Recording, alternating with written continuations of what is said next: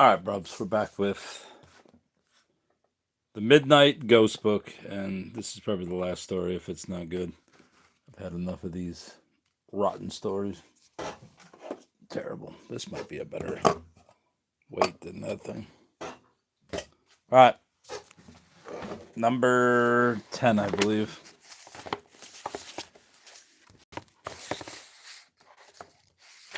Whoa, buddy. Rudolph Finkl's Apprenticeship by Steve Stern. Maybe hold it up here like this. Rudolph Finkl is in more innocent days used to roughhouse with his father, wearing a yellow terry cloth bathrobe. Let me put this right on this. Or is that not possible? Turn around, fucker. How about this one? Right there.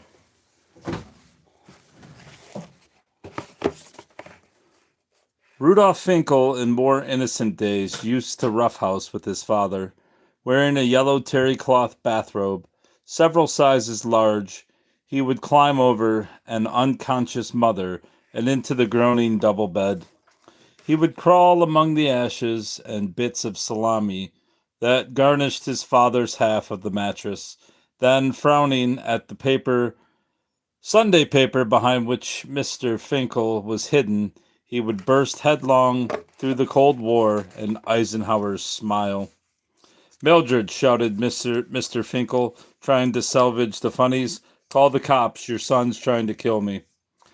A subway would rumble somewhere underneath them, and the bed, galloping as it had not since Rudolph's conception, moved to the center of the room. A framed ancestor in peasant smock leading bullock might fall from the sallow plaster, and Mr. Finkl, offering no more than a token resistance, would suffer his son to swarm over his hairless, speckled scalp. He let Rudolph trounce the risen dough of his belly. We're debauched from striped pajamas and pin an elbow against the small of his back until thoroughly vanquished, the father would cry, "Uncle, already, enough." Then came a Sunday when, battered, trounced, and pinned, Mr. Finkl did not say uncle. Instead, he rent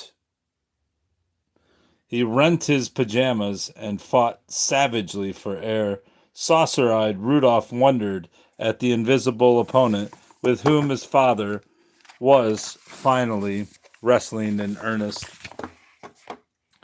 He was sorry that the old man was, as usual, losing, and that their last match should have gone unresolved. Beside Rudolph, his mother, still sodden with sleep, half opened her eyes to a dream. On a beach, a great fish lay gasping, sitting erect. She blinked and screamed this at her son, "Murderer!" Later, trying on the word, Rudolph found it, like his bathrobe, several sizes large. In time, who knows, he might grow into it. Meanwhile, he thought it more discreet to stay a little afraid of everything. In the mortuary chapel, Rudolph approached the steel gray casket on a bier of flowers. On tiptoe, he unfolded the doilies in which his father's face was wrapped. He loved me not. Though Mr. Finkl, powdered and rouged, looked almost confectionery in repose, Rudolph was inclined to give him no quarter. "Say uncle," he urged. "Uncle," he repeated, trying to put words in his father's mouth, which belonged now by bequest in his own. The queue of relations on the opposite side of the casket worried that the boy might be overwrought, and Uncle Lep, by name, if not by nature, came forward to offer his services. With his carrot toupee on back to front, he wore tropical colors and foulard, and raw silk. Like a rainbow over Miami, hours. Like a rainbow over Miami Beach, thought Rudolph, recalling a distant family vacation. What's the matter, boychick? Asked the rainbow. Shading his eyes, Rudolph squinted beyond the uncle and saw, standing with his baggage of a mother, the bully, bloody Norman Mendelman. Mendelman? Fiercest of Rudolph's peers. He was grinning at Rudolph fondly, if lopsidedly, over his father's dead body. Then he was shoving himself between Rudolph and Uncle Lep, who, thus obscured, nearly toppled from the dais. I come to pay my condolences, announced the bully, as if he'd come to pay a fine. And unofficially, don't worry, kid, I'll look out for you. Am I not my brother's keeper? Rudolph, not wishing to argue the point, replied with all due respect, Who rattled your cage? The explanation came in time. How Norman had pilfered half the inventory of Mr. Finkel's deli, and observed to have swollen by several dimensions in the regions of his pockets and paunch, fled the shop with the genuinely portly proprietor on his heels. How, lightening his load, he'd left Mr. Finkl a trail of halva, horseradish, lox, and wurst to follow, leading him into a blind alley where Norman, trapped and having dropped everything else, had climbed a fire escape and dropped his trousers, so that when Mr. Finkl came puffing round the corner, he was greeted by Norman's bared contempt, hung upon a railing, and attacked simultaneously from within by his heart. Just like the poet in him, reflected Rudolph years later, to be stricken at the sight of a full moon. At any rate, Norman had beat it, leaving the tallow-faced old man to pick himself up out of death. A week, maybe two, and he'd fallen back in again, a wreath in the delicatessen window, like the mockery of a life-preserver. So there was Norman, come to claim complicity in an assassination for which Rudolph wished to hold himself alone accountable. Guilt, resignation, sorrow, the gifts of his father's estate, he would not have parted with at any price. But what about this unforeseen gift, this bloody Norman, which he could never hope to give away? Thus Rudolph found himself the victim of a friendship for which he had not asked, denied responsibility for the demise of the father. Bloody Norman assumed responsibility for the welfare and preservation of the son. For example, a month or so after the funeral, a bunch of apprentice hoodlums dragged Rudolph into an alley for the purpose of administering to him what they called a Polish enema. They were punishing him because he would not fight back, a peculiarity which was already making him infamous in the neighborhood around Henry Street. They hauled him without resistance to a water hydrant beneath which they had attempted to baptize him the previous week. On that occasion, he disgusted his inquisitors by the ease with which he was prepared to surrender his faith. Call me Matthew or Peter, he'd suggested, not wishing to be difficult. But the ceremony had been interrupted then as it was interrupted now, by a sound in the distance like a celestial breaking of wind. It came just as they were attaching a black garden hose to the hydrant. Inserting the other end into Rudolph's dungarees, the hoodlums were apparently sold on the idea of trial by water. They did not, however, hang around for the phenomenon, to which the sound was fanfare. Some still had their keepsakes from the previous week's encounter, mulberry eyes and split lips, broken big brothers who had come off the stoops to defend them. Today they scattered. Consequently, when bloody Norman, vendor of retribution, arrived in the alley with his torch-like hair and his narrow green eyes that penetrated a blizzard of freckles, there was nobody left to whom he might distribute the bouquets of his fists and feet. "Toad-faced pishers," he shouted, nevertheless, "teach you to pick on an orphan." And taking from his back pocket a toy bugle, he chased them home with a flourish of strident notes.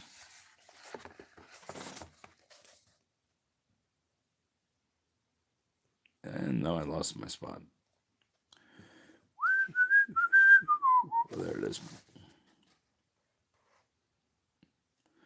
"Why, orphan?" asked the frail voice behind him. Norman turned around to where Rudolph sat, still connected by a rubber umbilical cord, to the wall of a derelict theater.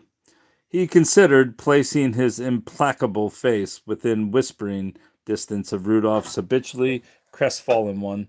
"Because your papa is dead and your mama is as good as," he explained. Rudolph nodded his endorsement. For had not Mrs. Finkl, since Mr. Finkel's passage, begun to chase her Thorazine with vodka and talk to the television set? But Norman disapproved of the readiness with which Rudolph dismissed his own mother. "You only child kids make me sick." "I had a baby brother," Rudolph volunteered, wistfully, but he was carried off by birds. "Naback," hissed Norman, and turned to the hydrant, whose handle he revolved several times. Then, cuffing him about the ears for good measure, he abandoned Rudolph to sink or swim in the rising reservoir of his baggy pants. There must be easier fates, reflected Rudolph, turning blue, than to be adopted by bloody Norman. He would bring round his boxing gloves and stand on the pavement, tooting his challenge on a red plastic bugle. In his bedroom, Rudolph would win and slowly emerge from his books, a tumulus comprised of Rudyard Kipling, Rider Haggard, Edgar Rice Burroughs, and Homer, would crumble, and Rudolph would crawl from beneath it to the window, sighing aloud. "That you, Gabriel? Come out, or I'm coming in after you," called Norman, a virtuoso of the ultimatum. Then Rudolph would shamble reluctantly out onto the steps next door to the boarded-up delicatessen. "It's time for your lesson in self-defense," Norman would announce, presenting Rudolph with a pair of puce gloves as big as his head, causing him to flinch in anticipation of fists that would momentarily fill them. "Put 'em on, or I'll beat the snot out of you." Thus prompted, Rudolph would put on the gloves, and Norman beat the snot out of him. The shopkeepers, children, and crippled dogs of Henry Street would look on with smug approval. In the neighborhood, they now had a name for Rudolph, originated by the kosher butcher, Salam Kop, meaning death's head. After the cartilage in his nose was initially shattered, Rudolph didn't mind the punches so much. Besides, a splayed schnoz lost character to the otherwise dark and delicate features. He thought of Michelangelo and Marlon Brando. As for his eyes, insomnia had already done the work of discoloring them. Norman's jabs could only improve them with highlights. Eventually, Norman would grow bored with bludgeoning his passive protege. "My shadow puts up a better fight than you."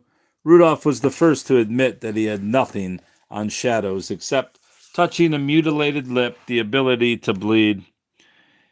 "You finished sitting Shiva for your papa, and now you're sitting Shiva for yourself." This was the accusation which Norman had been leveling at Rudolph at least once a week for more than 3 years that Mr. Finkl had lied moldering in the grave. And each time he heard it, Rudolph buried himself a little deeper in his books and morbid daydreams. Therefore, Norman had to dig through jungles and lost cities, past fantasies of heartless women and pages of men doomed to wandering. in order to disinter Rudolph, then collaring him by the nape of his scrawny neck urgently, lest Rudolph should be late for his own adolescence, Norman would say, "I'm taking you to see real life." It had become a game of hide and seek played to the death, or so Rudolph must have seen it.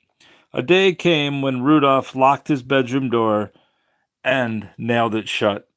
Because he would not come out to see it, Norman, meaning to raise his spirits, brought real life around to Rudolph. This he managed in the shape of Feinberg, an older boy who had once been the unchallenged rogue Jew of Henry Street. Knocking Feinberg down between parked cars, Norman propped his arm against the curb and trod on it, thus inverting the angle of his elbow. Then, for an encore, Norman took on Feinberg's father, who came running from behind fruit scales with his apron still on. Looking down from his bedroom window at the Finbergs that were stacked in the gutter, Rudolph was touched, then overcome with nostalgia for the intimacy between father and son. Then Rudolph drew the blinds. For 3 days he languished in bed, as one languishes on a pallet of straw. He marked the passage of time on a wall with black crayon, each slash grown a little fainter. He felt pity for the peeled husks of himself retired from experience. His moth-eaten gray parka, his shadow, his discount wing-tip shoes which he was using for pans.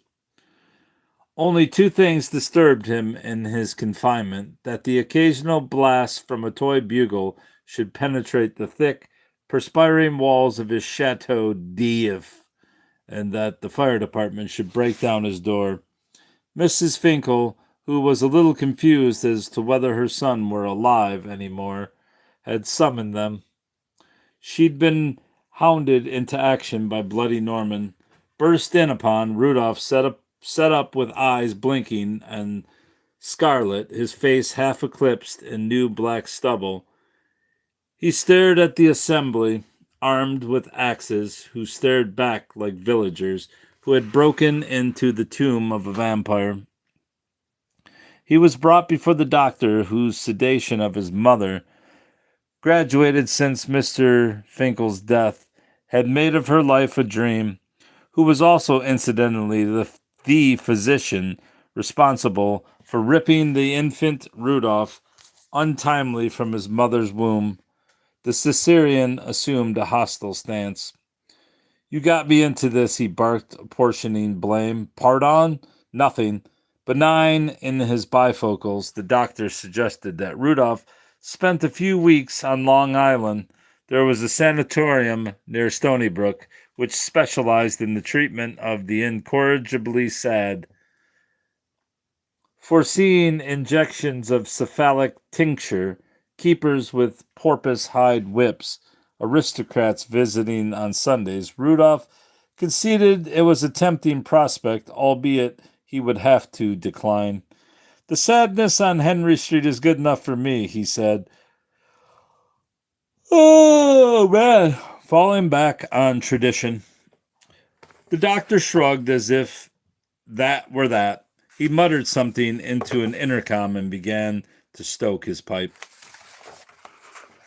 Though arabesque draperies of smoke, Mrs. Through arabesque draperies of smoke, Mrs. Finkl sleepwalked into the office. She approached the doctor's desk as she might have the throne of Solomon. "Your son is still not well," said the doctor ex cathedra. "What he needs is a little rest." "You know best, doctor," replied Mrs. Finkle. Then, turning to Rudolph, she demonstrated what a rude awakening were his sins. She pressed the flat of her palm to her fevered cheeks, intending, Rudolph could almost believe, to uproot her head and hurl it at him. The lacquered crest of her silver hair threatened like an angry wave. "What have I done to deserve such sores?" Sores? What? She bawled, appealing to the doctor to please place his mother under a stronger spell, Rudolph showed himself prepared to do anything, go anywhere, if only to get out of earshot. In the sprawling sanatorium, Rudolph looked out high windows onto meadows full of grazing sheep and nuns. Luxuriating in a warm blue bath of self-pity, he dreamed. On a boat, he was transporting his father's corpse to heaven, floating swiftly with the current, sailing by way of the Mississippi River, which spilled into the Rhine, which spilled into the Brahmaputra, which drained into jungle swamp and the sewers beneath lost cities.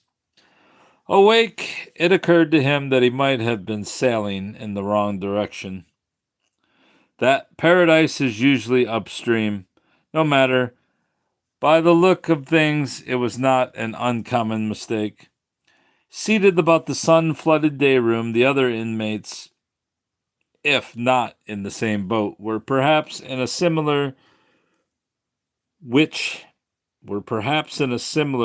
had foundered. I'm guessing they missed a word there. Were perhaps in a similar which had foundered some time ago, and Rudolph consoled himself that, washed up upon this reef of melancholy, he was finally cast away among his own kind. He admired them for their bloodless complexions and their unfathomable eyes. Cats might be drowned in their eyes, and coins tossed with never a splash. Of his own bloodshot, mauve-circled, he took a sounding in a mirror and found them wanting in the depth of their unhappiness. They seemed paddling pools by comparison. Moreover, the other inmates, tranquil in their wicker-backed wheelchairs, unperturbed before their stale toast and powdered eggs, appeared to be looking at something which Rudolph, grateful to his myopia, was not certain that he wanted to see. On the strength of these observations, he was forced to conclude himself an impostor, the only uninitiated in a fraternity of ghosts.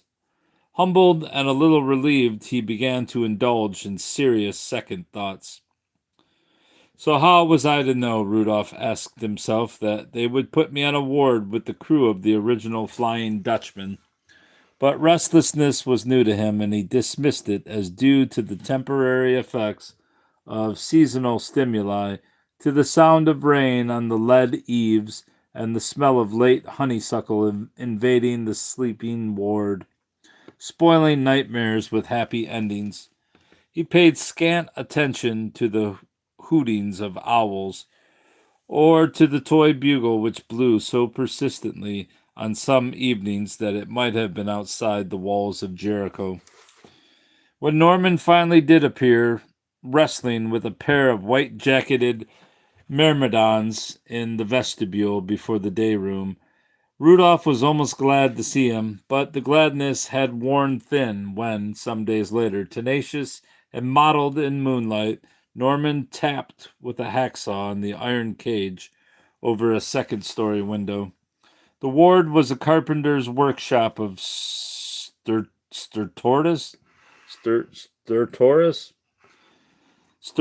snoring. Rudolph, however, was vigilant, the sleeping capsule under his pillow like a variation on the Princess and the Pea. He'd been expecting something like this. Must be the Sandman, he said, distinguishing the growl of a hacksaw from the rest of the noise, going to the window and raising it. "What are you guys rehearsing to be, a graveyard?" asked Norman, rasping away at the iron grate in sync with the chorus of log sawyers. Is that Sawyers or Sawyers? Sawyers? Rudolph tried to explain that he didn't need rescuing, that he now had his walking privileges and could stroll unsupervised about the grounds. He could go home on weekends if he wanted. Goody now. "So why don't you just get out of my life?" he said, making a gesture that should have released a dove. "My life," echoing himself faintly, as Norman broke away a casement-sized square of the grating, and pitched it with the hacksaw into the shrubbery below. Then he thrust with his left hand, the fingers of which wrapped themselves tentacular around Rudolph's throat.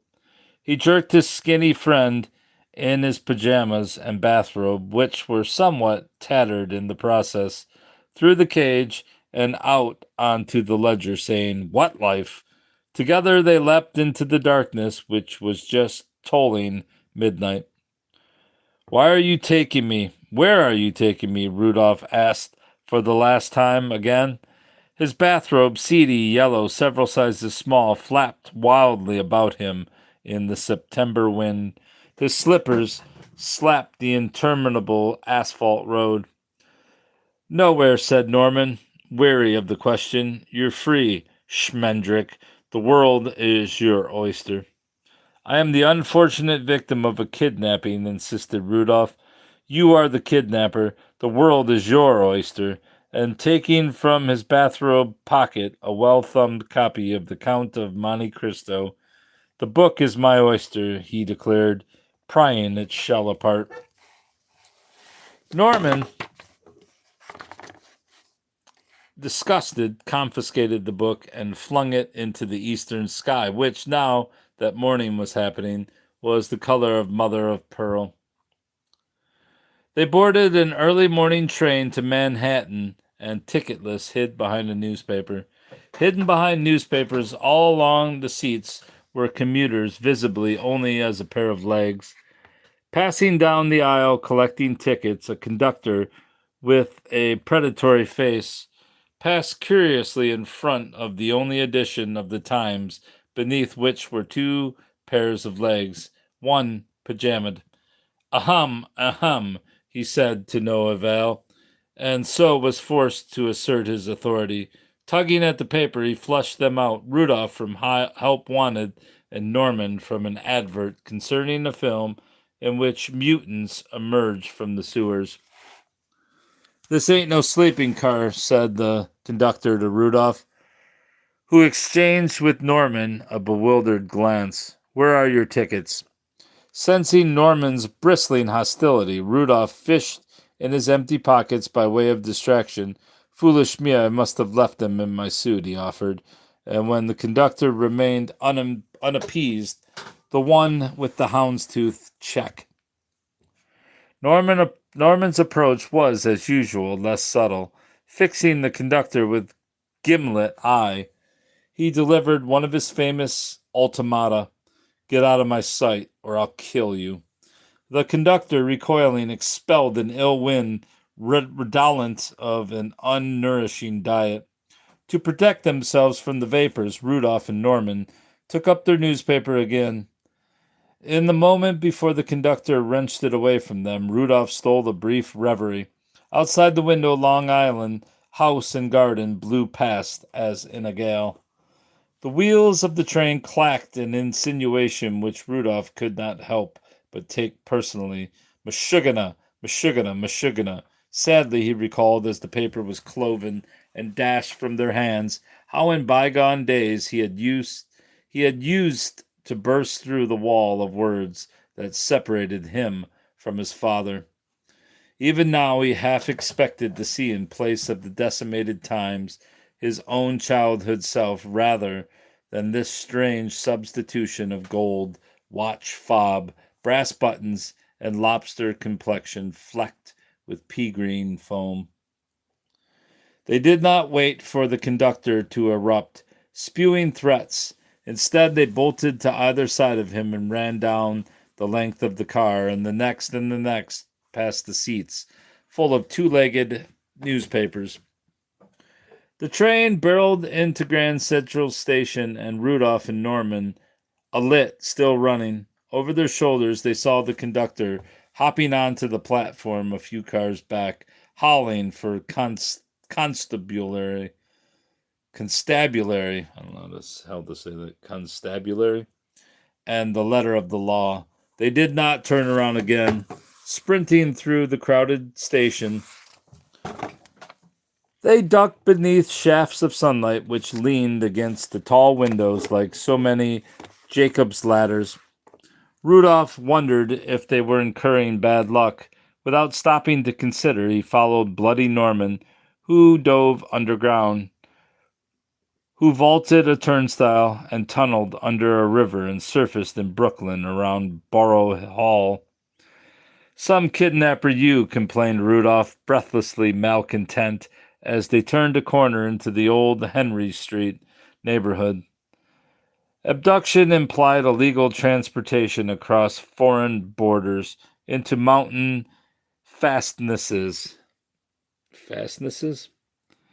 etc. Of this he apprised Bloody Norman, concluding, "So why have you brought me home?" Choosing not to dignify Rudolph's question with an answer, Norman presented him with an "I wash my hands of you" scowl, this being insufficient. "I wash my hands of you," said Norman, whose hands were as unwashable as Lady Macbeth's with Rudolph. In fact, Norman could no more ignore the would-be hostage than could the cop on the opposite pavement, who was beckoning with cobra-like forefinger. "What's he want?" asked Rudolph, always the last to know. Norman, by way of a gentle reminder, pulled at the sleeve of his bathrobe, which came promptly apart at the shoulder. "He wants the address of your tailor." As Norman was still impatient with the truant momentum, and Rudolph still attached to Norman's coat-tails, they fled. A few blocks on into Fulton Street, and the momentum could no longer carry Rudolph, who begged for a respite. Norman led him tottering up some steps before a squat red brick building with a large copper dome, and through the first open doors in sight. The years turned back. They were in the parquetred foyer of the Jochanan Ben Zakkai synagogue, whose threshold Rudolph had not been across since the day of his forgotten bar mitzvah, nor Norman since the tender year of his expulsion for iconoclasm. He had done to a painting of Moses on Sinai what Moses had done to the tables of the law. The voice of a cantor was resonating from beyond the doors to the shoal. Rudolph and Norman pricked up their ears like Lucifer's eavesdropping on seraphim. "Why," wondered Rudolph, "are these services on Monday?" "Schmuck," said Norman, who had studied his morning paper. "Where you been?" Where have you been?" Savoring the disclosure, "Today is Yom Kippur, the Day of Atonement," Rudolph mused, as if recalling the name of a sunken continent. Interested, he stepped towards the paneled doors and peeked in.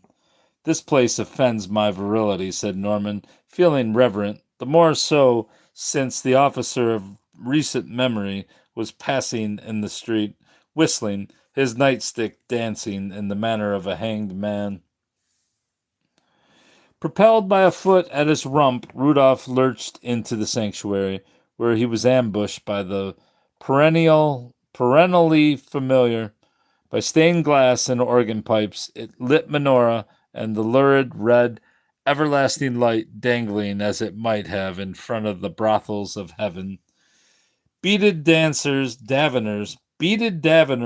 swayed beneath the gallery of women, and the ancient Rabbi Fisker, face like a parchment of Dead Sea Scroll, presided. The choir was singing, "Kadosh, Kadosh, Kadosh." Norman shoved Rudolph into a seat at the rear of the congregation, for which Rudolph tendered his gratitude. Apprehended, they might have been subject to the fate of the trespasser, upon which Rudolph had begun giddily to speculate until Norman brandished a fist. But Rudolph could not keep still. Having risen from bed and traveled thus far in his nightclothes, he was assuming the license of a veteran somnambulist, second generation, and apologies to Mama. He was on high holiday from his quotidian sorrow. Excited, he managed to hold his tongue throughout the responsive readings. But during the recital from Torah, experimental with mischief, he began to propound a theory. I believe that Rabbi Fisker is God, he asserted to Norman, who, exasperated that after all these years this should be Rudolph's idea of a good time, told him to shut up. I mean, pursued Rudolph undiscouraged, he has that look of an authentic Jehovah, and he's easily as old. Some of the worshippers in Rudolph's vicinity were disturbed enough to turn around in their seats. They were appalled at the sight of two boys, both sans skullcaps, one most improperly apparelled. Don't you dare fall. There was a muttering and a general commotion. Rabbi Fisker, meanwhile, with his back to the congregation, was returning the Torah to its latticed ark. This operation completed, he flung his head backwards in the attitude of one who is receiving a confidence from the Lord. He rotated towards the assembly. His eyes and nostrils were those of a dilapidated dragon, and his mouth was working to spit sparks out of the ashes of his beard.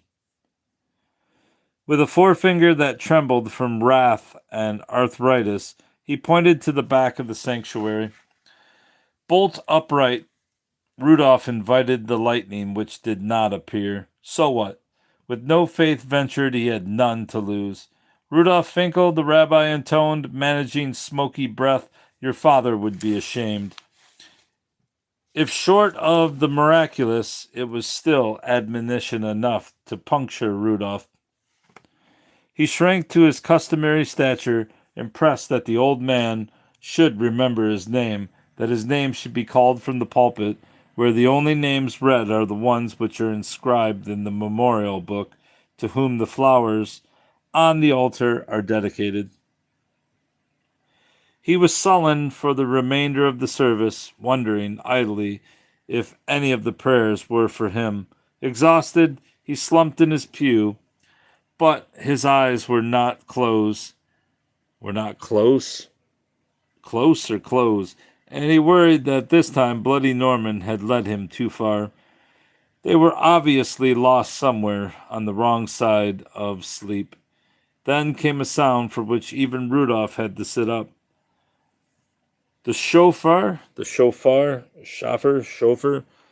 was blowing its unearthly reveille. The ceremony ended with a benediction. Lashana Tova Tikosuvu, Sivu, said the rabbi, and responding in kind, the congregation departed the shul. Expecting him to take his usual charge of their destinies, Rudolph looked to Norman, whom he found flushed and agitated on the edge of his seat. His square jaw was poised as if his honor had been called into question. Oh, yeah? He was saying to no one in particular, like a heavy who loses his mind in a low-budget film. Oh, yeah? Fumbling about at his waist and producing his red plastic bugle, battle-scarred but somehow intact after a decade or so of abuse. Standing, he blew a tekiyat of his own composition. The notes limped out like stupid children, dwarfed by the serious echoes that had not finished ringing beneath the synagogue dome. Though Norman's chest swelled to bursting as he inhaled defiance, his bugle merely exhaled retreat. Mortified, he tucked the toy back into the belt of his trousers, withdrew it again, and discarded it in scorn. Far be it from Rudolph, moving aside to let him exit, to come between Norman and his tilting with windmills. On the contrary, he was happily excluded, relieved to have been abandoned. Scarcely did he hear himself say under his breath, "Wait for Sancho Finkl," but Bloody Norman was already halfway down the center aisle of the empty sanctuary. He was disappearing through a narrow door to the side of the altar, reappearing in the choir loft, balanced upon the balcony above a burning candelabrum with a ram's horn pressed to his lips. As the first fresh blasts of the shofar, the rabbi hobbled back into the shawl. He rent his garments and pulled tufts from his beard at the sight, which he encountered. For Rudolph Finkl, in his fluttering bathrobe, was charging down the aisle like a scarecrow just escaped from cross staves. At least this guy's got a great vocabulary. He was careering toward the altar, upon which his father stood waiting. Mr. Finkl, looking weary and in need of a shave, was still blessed with his venerable paunch.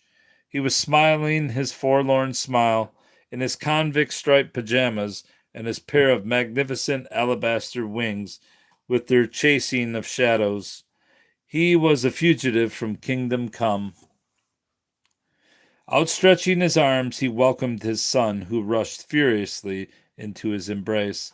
As they looked into combat, the angel's strength versus the speed of the boy, Rudolph grinned from ear to ear like a savage. "Say, uncle," he wailed. Uncle, uncle, uncle, uncle, the dome resounded, filling Rudolph's body up with light. The rabbi fell to his brittle knees, and Norman, always one to enjoy a good fight, leaned over the ark and yelled at the top of his lungs, "Murder him!" That wasn't a bad story, but I don't know where the ghost was. I mean, I guess he said that the ghost of his father appears at the end, but do we really believe this, even as a fiction story? I'll tell you what, this is one of the dumbest books ever. It's not about ghosts, and I don't know what to say about it, but it sucks.